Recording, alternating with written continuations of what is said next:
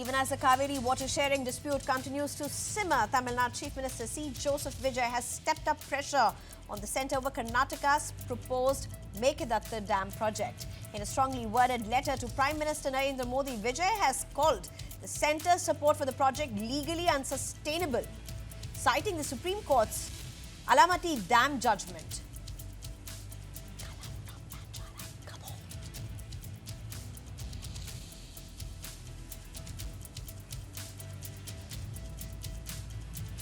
Vijay has called the centre's support for the project legally unsustainable, citing the Supreme Court's Alamati Dam judgment. He argues that the consent of the downstream states is mandatory and has urged the centre to deny all statutory clearances, warning that the project could seriously threaten Tamil Nadu's water rights. At the same time, despite political opposition and demands from farmer groups to call it off, Vijay is meeting with Karnataka Deputy Chief Minister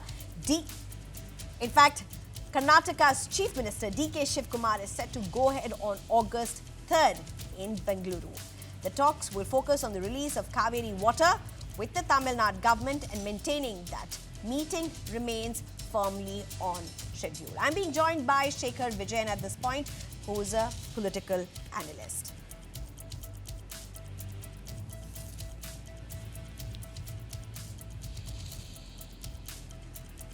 Mr. Shekhar, can you hear me? Yeah, I can hear you loud and Good clear. evening. Bang on Good time. evening. Mr. Shekhar, what's really happening? So let me just ask you straight up first.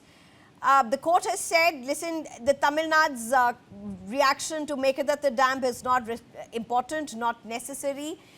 Before I get into Vijay's letter to Prime Minister Modi, let's just look at what the political equations at this point are.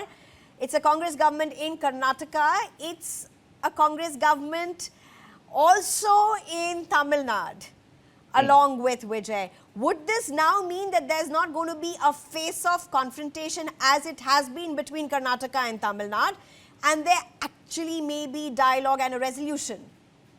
Yeah, and this is something which is very interesting, right? This has been something which has been outstanding for a long time, Sneha. You know, this entire issue which has been happening between Karnataka and Tamil Nadu. And now you have a situation where this is not just a dam of dispute, it's a test of corporate federalism.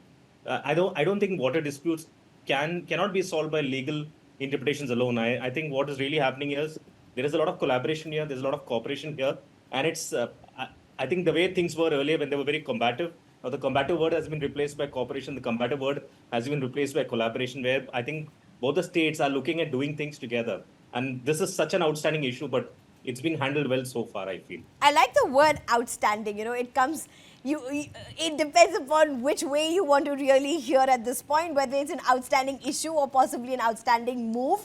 But how do you look at Chief Minister Vijay's letter to Prime Minister Modi? You know, it is very concise, very sharp, very to the point. It is very exhaustive also from a policy standpoint, you know, in terms of what he's understanding. And it's very interesting to read that because he's made it very clear about what he feels about, about the dam particularly, and what is the solution he has in mind. So I think from a perspective of the policy, from a perspective, what he's asking and what he's questioning and what he wants to give a solution, I think it's very interesting. Like I said, it's, earlier the ministers would be fighting with each other. There was some sense of, rivalry. I don't see the rivalry now. Here, everybody wants to work together. Everybody wants to come with a solution. And Vijay is very refreshing in that way. It's a surprise for me. And I'm sure it's a surprise for you also that he's showing more tones of being a leader in more ways than one. It's going to be interesting if Prime Minister actually calls him over for chai pe charcha over this issue. And it won't be surprising. Absolutely. It'll be interesting because, from what we've noticed so far from the southern ministers who've just been elected, be it Mr. Satishan from Kerala or be it Vijay, I think all of them have gone and met the Prime Minister. Earlier, the ministers in the past from the southern part of India had a very combative approach with the central government. I think the only way they know they can actually go together is to work in a partnership with the central government. And I think the Prime Minister would want to speak to him because from what we see so far, he's showing signs of, working together with the central government. He's showing signs of, coming to a solution. This issue, like we said, has been an outstanding issue for so many years. And now you see some kind of solution here where they're looking at working together with a good framework in place. That's right. In fact, give us a sense, Shekhar, just how emotive, how sensitive is this issue between Karnataka and Tamil Nadu? Because not everybody may be well versed with how, how narrowly this has been maneuvered over the period of last several months, for that matter. See, Sneha, elections have been won and lost on this particular topic. This is something which has brought governments up and brought governments down also. So this is something which has been handled quite well so far from what we have seen so far. But I think India also needs a 21st century river governance framework. Looking at climate change, looking at the erratic monsoons which we've been having throughout this year and the rising water demand, I think it's very important such a policy is also created which looks at this, right? Instead of having disputes around this, I think it's very important that India should actually strengthen their river management systems. They should also look at where they can have data sharing systems, real-time water mechanisms, and also institutional mechanisms that reduce political confrontations before it reaches the court. So there should be a scheme, and this is what it actually is. Like I said, this is earlier, governments would rise and fall with this. Elections would be fought on this, but they have handled this in a very strategic, in a very practical, in a very relevant way, which is very interesting and very refreshing also. Is it because of the political equations? I mean, it is a given, isn't it? And what is ironical really is, Shekhar Vijay, and it's also lessons in democracy. Just because you have political parties change, equations change, the sense of how a problem is going to be solved changes. It's not citizens first. Absolutely. It's not citizens first. And it also shows a we can do approach. It's not just about I, me, myself.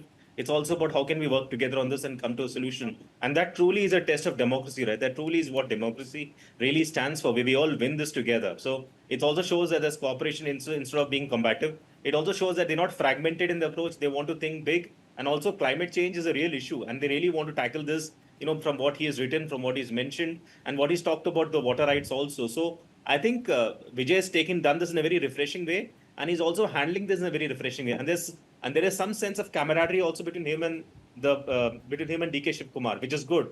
And not just him, I think all the chief ministers down south, they have some kind of camaraderie and some kind of connection together, which is very refreshing because it's very important for them to all work together and make sure that ultimately the state should win and the government should win and India should win. That's the whole idea.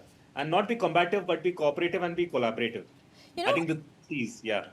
Shekhar, do you see, since you're talking about chief ministers being very collaborative, do you see this South versus North tension change with the change in chief ministers? Why I'm asking that is because water and construction of dams has been a very critical issue and has seen, it's not just between Tamil Nadu and Karnataka, it's between Kerala and Tamil Nadu.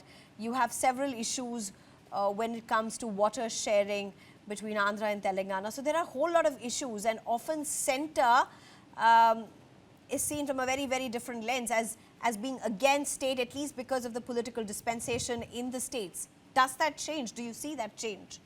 See, it's something which has to be tackled in a very diplomatic way, ultimately because we have a huge farmer database in all the 3 states and all the 4 states where they need water. Irrigation is also very important. And with the monsoon playing doomsday every day, the monsoon especially in this year or the year previously also, it's not been very sharp, it's not been very effective. So I think in all these aspects, the governments really have to play a critical role. They have to be in close connection with each other. Right. They have to understand that, they have to work together to make this work for them. I think Absolutely. Thank you very much, Shekhar Vijay, and thank you so much for joining us.